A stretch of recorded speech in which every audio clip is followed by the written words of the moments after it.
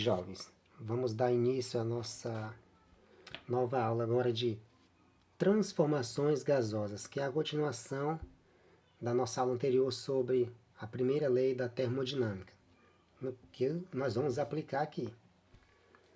Que também é uma, digamos, lembrança do estudo dos gases, que a gente chama de comportamento térmico dos gases. A gente vai juntar as coisas aqui agora. A primeira delas é a transformação isotérmica, que é uma transformação termodinâmica a temperatura constante, ou seja, quando o gás ele vai de um estado inicial, que a gente pode chamar A, para um estado B, no qual você tem uma variação de volume e de pressão, mas sem mudar a temperatura, que graficamente gera o que está esboçado na figura, que é chamado de hipérbole equilátera, no qual o produto pressão-volume é constante, que é a lei de Boyle, que nós já vimos isso. Mas como a gente está dando um passo além aqui, temos que lembrar que a variação da energia nesse caso, de A até B, no caso a variação da energia interna, nós já sabemos, ela é igual a 3,5 de NR ΔT. Mas nós também sabemos, já de uma transformação termodinâmica a temperatura constante, que se a temperatura é constante, a variação de temperatura é zero. Então, o ΔT é zero. Ou seja, a variação de energia interna, que eu estou chamando aqui de ΔU, que é a notação utilizada aqui no livro, que eu estou usando como referência, no livro do Gaspar a gente usava ΔE, mas não tem problema nenhum. Que é mais usado ΔU, para variação de energia interna. Mas o importante é entender o que está sendo feito. Então, se a variação da energia interna é igual a zero numa transformação a temperatura constante, que é uma transformação isotérmica, aí nós temos que lembrar agora da primeira lei da termodinâmica. O que diz a primeira lei da termodinâmica? Nós já aprendemos. Ela diz que a quantidade de calor trocada nessa transformação é igual ao trabalho mais a variação de energia interna. Mas nós já demonstramos que a variação de energia interna é zero. Então, numa transformação isotérmica, a quantidade de calor é exatamente igual ao trabalho. Então, essa é a análise para uma transformação isotérmica. Vamos para a próxima. Transformação termodinâmica a pressão constante, que é a transformação isobárica, que está também demonstrada na figura. Quais são as variáveis de estado aqui? São pressão, volume e temperatura. Nessa mudança do estado A para o estado B, podemos ver que o volume aumentou, no caso o volume 2 é maior que o volume 1. Porque tem uma chamazinha aqui abaixo do recipiente, no qual o gás está aprisionado. Mas como o êmbolo, que é essa tampa do recipiente, pode se mover livremente, a pressão nessa mudança de um estado A para um estado B não se altera. Então a pressão 1 e a pressão P2 são iguais. Então, como o volume 1 e o volume 2 são maiores, e aqui tem uma chama aquecendo o recipiente, também concluímos que a temperatura 2 é maior que a temperatura 1. Estamos só revisando o que nós já vimos em outro conteúdo passado. No caso aqui nós estamos fazendo uma aplicação dele. Então, dessa transformação nós já revisamos essas noções básicas. Nessa transformação de um estado A para um estado B, nós podemos calcular o trabalho, por exemplo. Quem é o trabalho que nós chamamos de W? O trabalho é igual à pressão, que nesse caso é constante, vezes a variação de volume. Também nós já fizemos isso. Aqui é só demonstração de como devemos analisar cada uma das transformações. E o calor trocado? Como se deve calcular? Como nós temos uma transformação a pressão constante, nós estamos lá para a calorimetria, que diz que a quantidade de calor é igual a mc ΔT. que é a massa vezes o calor específico, no caso do gás, vezes a variação de temperatura. Como aqui é uma transformação a pressão constante, vamos aqui chamar de QP e CP, que é o calor específico a pressão constante. Mas vamos fazer aqui uma pequena mudança, porque como estamos falando de um gás, é mais interessante falar número de mols do que falar em massa. Lembrando também que, sendo que o número de mols é a massa desse gás dividido pela massa molar, nós podemos aqui fazer o produto dos meios, nessa expressão que já é conhecida, fica m vezes 1 que dá m, e n vezes a massa molar. Note que nós podemos substituir essa expressão, que eu vou chamar aqui de 1 e essa segunda eu vou chamar de 2, nós podemos substituir a segunda na primeira. Então, substituindo a segunda na primeira, nós vamos ter que a quantidade de calor à pressão constante é igual a massa, que no caso é Nm, multiplicado pelo calor específico à pressão constante, vezes a variação de temperatura. Nisso nós vamos fazer uma pequena mudança agora. Esse produto, massa molar e calor específico, nós vamos definir assim, definindo Cp igual a mCp, estou colocando as letras um pouquinho menor, já que é a mesma letra, para ficar um pouco diferente. Então esse C maior, nós estamos dizendo que é o calor molar à pressão constante, que é o produto entre a massa molar e o calor específico. Então nós estamos definindo dessa maneira. Então pela definição nós vamos fazer uma substituição. O calor à pressão constante nessa transformação isobárica vai ser o número de mols multiplicado por Cp, que é o calor molar à pressão constante, vezes a variação de temperatura. Apesar de serem as mesmas letras, eu coloquei o C um pouquinho maior para simbolizar que é o calor molar à pressão constante, onde eu fiz o C um pouquinho menor, é o calor específico à pressão constante. Porque nessa segunda situação eu estou usando como referência a massa molar, como foi percebido. Então, só para efeito de análise, ó, ficar mais claro, esse C minúsculo é o calor específico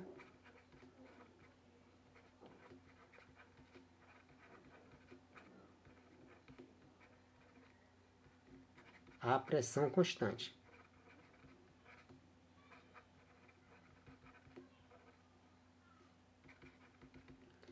E esse segundo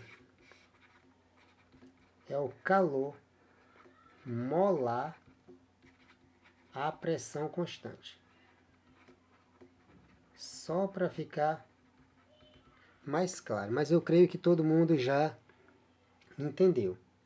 Vamos para a próxima. Transformação termodinâmica a volume constante, como também está demonstrado nessa figura lá.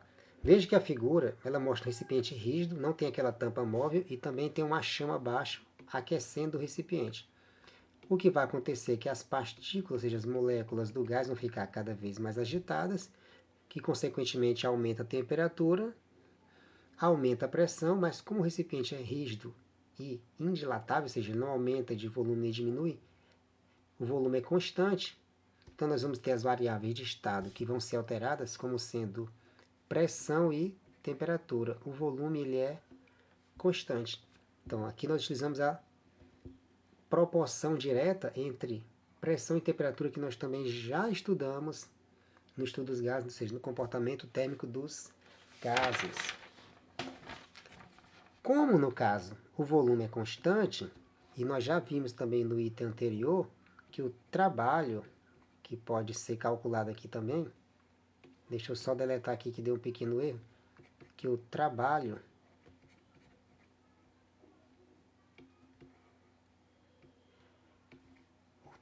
no caso, o trabalho W, que nós definimos por essa letra, que fica mais simples de calcular, de usar a nomenclatura, o trabalho é igual a pressão, no caso constante, vezes a variação de volume. Essa é a relação que a gente utiliza no caso dos gases porque é mais viável. Mas nessa situação, na transformação a volume constante, o ΔV é igual a zero. Então, se o ΔV é igual a zero, isso implica dizer que o trabalho é igual a zero. Isso para uma transformação termodinâmica a volume constante. Aí, mais uma vez, a gente aplica a primeira lei da termodinâmica. Da primeira lei da termodinâmica. Notem que toda vez eu estou recorrendo a isso, ó, da primeira lei da termodinâmica. Ou seja, não tem segredo. Quando forem resolver os problemas, é só seguir essa linha de raciocínio. Da primeira lei da termodinâmica, temos que a quantidade de calor trocado é igual ao trabalho mais a variação de energia interna, que eu estou chamando de ΔU. Como o trabalho é zero, então a gente cancela o W. Conclusão, numa transformação a volume constante, que é uma transformação isocórica, o calor trocado é exatamente igual a variação de energia interna. Simples assim. Mas, como nós calculamos a quantidade de calor numa transformação a pressão constante, também vamos calcular a quantidade de calor trocado numa transformação a volume constante. Calcular, eu me refiro a demonstrar a expressão. Então, o calor trocado é, seguindo a mesma linha de raciocínio, como a quantidade de calor é agora massa vezes o calor específico vezes a variação de temperatura, como chamamos lá de CP, aqui vai ser quantidade de calor QV, calor específico a volume constante CV. Essa nomenclatura segue a mesma linha de raciocínio lá, então aqui eu vou ser um pouquinho mais direto. Lembrando ó, que N é igual a massa sobre a massa molar, vamos fazer o mesmo cálculo da expressão anterior. Faz-se o produto dos meios aqui, teremos que a massa é o produto entre a massa molar e o número de mols. Que substituindo na expressão anterior, vamos ter número de mol vezes a massa molar, vezes o calor específico a volume constante, vezes a variação de temperatura. E vamos definir o produto massa molar calor específico como sendo o CV. Aí estou colocando um C um pouquinho maior, como fiz anteriormente, que vai ser o calor molar a volume constante. Então, QV, que é a quantidade de calor trocado numa transformação a volume constante, é igual ao número de mols do gás no recipiente, o calor molar a volume constante, vezes a variação de temperatura. Notem que a expressão ela é idêntica à anterior. O que muda é só que lá era a pressão constante e aqui a volume constante. Eu estou economizando na escrita, já que segue a mesma linha de raciocínio. Vamos para a próxima. Transformação termodinâmica sem que haja trocas de calor, que é o chamada de transformação adiabática.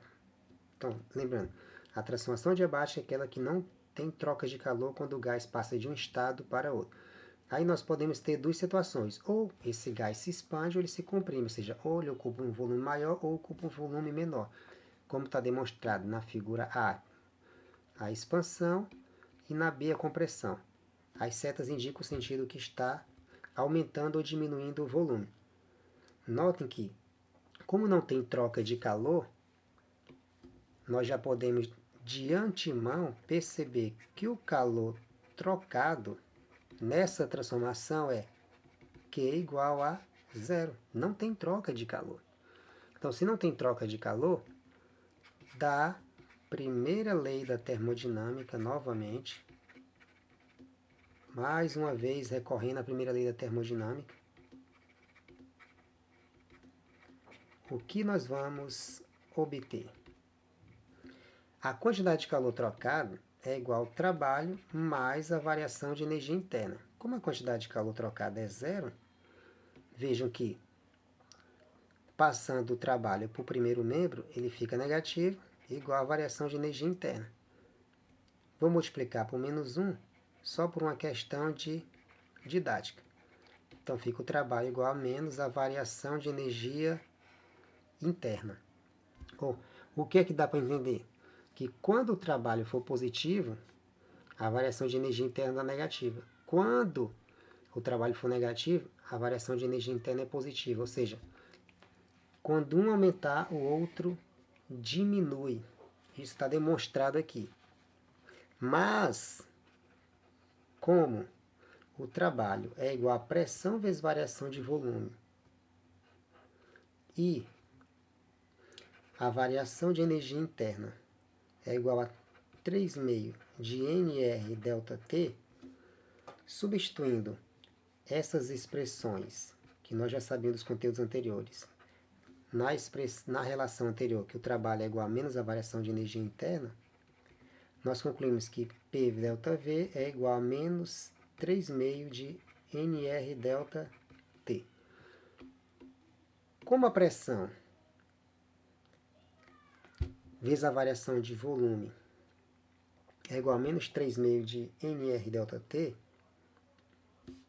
nessa relação aqui que nós podemos analisar, notem que se o ΔV for maior que zero, no caso a variação de volume, isso implica que a variação de temperatura é menor que zero. E se o ΔV for menor que zero, a variação de temperatura é maior que zero. Então é essa análise que a gente faz aqui, ó. Se o volume aumenta, a temperatura diminui, a temperatura do gás.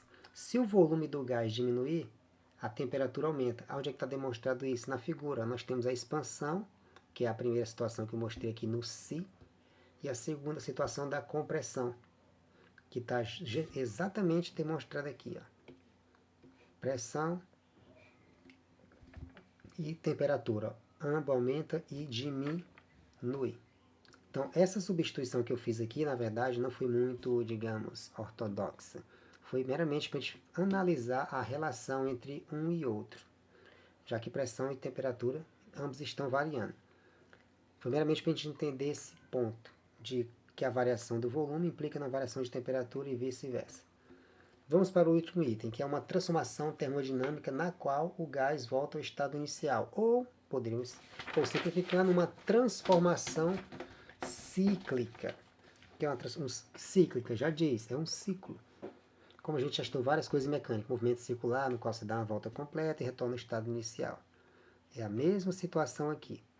Então, notem, temos um gráfico que relaciona pressão e volume, e essa barrazinha embaixo indica o estado do gás. Esse gás passa do estado A para o estado B, então no caso o volume está aumentando, depois ele passa de B para C, no caso a pressão diminui e o volume é constante. Isso nessa primeira figura. Então aqui nós vamos ter um trabalho calculado por essa área da figura. Na figura 2, a gente pode ver pela seta, o gás diminui de volume, ele vai do estado C para D, e depois vai do estado D para A. Há volume constante e a pressão aumenta. Notem que, ao calcular esse segundo trabalho, ó, o que importa é essa parte de baixo, ó, do gráfico, ó, trabalho 2. Então, notem que de A para B o volume aumenta e de B para C é constante. Já de C para D o volume diminui e de D para A o volume é constante, como se fosse a ida e a volta. Ele retorna para o estado inicial. Mesma pressão, mesmo volume, mesma temperatura, as mesmas condições de antes. E a figura 3, ela mostra esse ciclo, ó, de A para B, B para C, C para D e D para A. E analisando essa figura 3, vejam que ela é só um recorte da anterior, porque a segunda figura, recortando da primeira, ela sobra justamente a figura 3. Que a gente pode concluir, então, que o trabalho, deixa eu colocar aqui de branco, fica melhor, que o trabalho, nesse caso, é o trabalho 1 mais o trabalho 2. Ou seja, o trabalho do ciclo completo é o trabalho na primeira situação e na segunda situação, que no caso é o ciclo. Se a gente tiver um gráfico como no terceiro, basta fazer o ciclo, que é mais prático. O calor trocado, a gente calcula pela mesma linha de raciocínio. O calor trocado será, ou seja, é a soma da quantidade de calor trocada em cada uma das etapas. É a quantidade de calor de A mais B, de A até B, a quantidade de calor trocada de B a C, a quantidade de calor trocada de C para D, mais a quantidade de calor trocada de D para A. Ou seja, a quantidade de calor trocada é a soma da quantidade de calor trocada em cada uma das etapas. Ou seja, aqui não é uma fórmula, não precisa decorar. É só uma demonstração de como proceder. É uma soma da quantidade de calor em cada uma das etapas. E a energia interna? A quantidade de calor, ou seja, a quantidade de energia interna nessa situação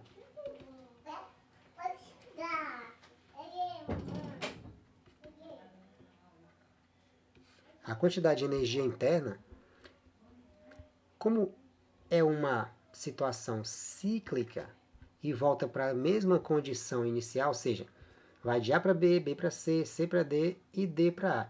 Como ele volta para a mesma condição, ou seja, mesmo estado inicial, então, pressão, volume e temperatura são os mesmos lá do início. Pressão, volume e temperatura. Então, significa dizer que a temperatura final é igual à temperatura inicial, o que implica dizer que a variação de temperatura é zero, ou seja, não tem variação de temperatura. E como, ou seja, logo, como a variação de energia interna é 3,5 de nR delta T, se a variação de temperatura é zero, isso implica dizer que a variação de energia interna numa transformação cíclica na qual o gás volta para o estado inicial é zero. Se nós mais uma vez aplicarmos a primeira lei, agora eu vou simplificar da primeira lei, a quantidade de calor que é igual ao trabalho mais a variação de energia interna, se a variação de energia interna é zero, temos que a quantidade de calor é integralmente convertida em trabalho, ou seja, numa transformação cíclica, a quantidade de calor é exatamente igual ao trabalho, ou seja, todo o calor fornecido realiza um trabalho ou todo o trabalho se transforma em calor. Vai depender se a transformação vai ser no sentido horário ou anti-horário, que define a ordem da transformação de energia. E aqui nós finalizamos. Eu utilizei como referência o livro do Ramalho Nicolau Toledo, de 2009, para essa explicação. Até a próxima.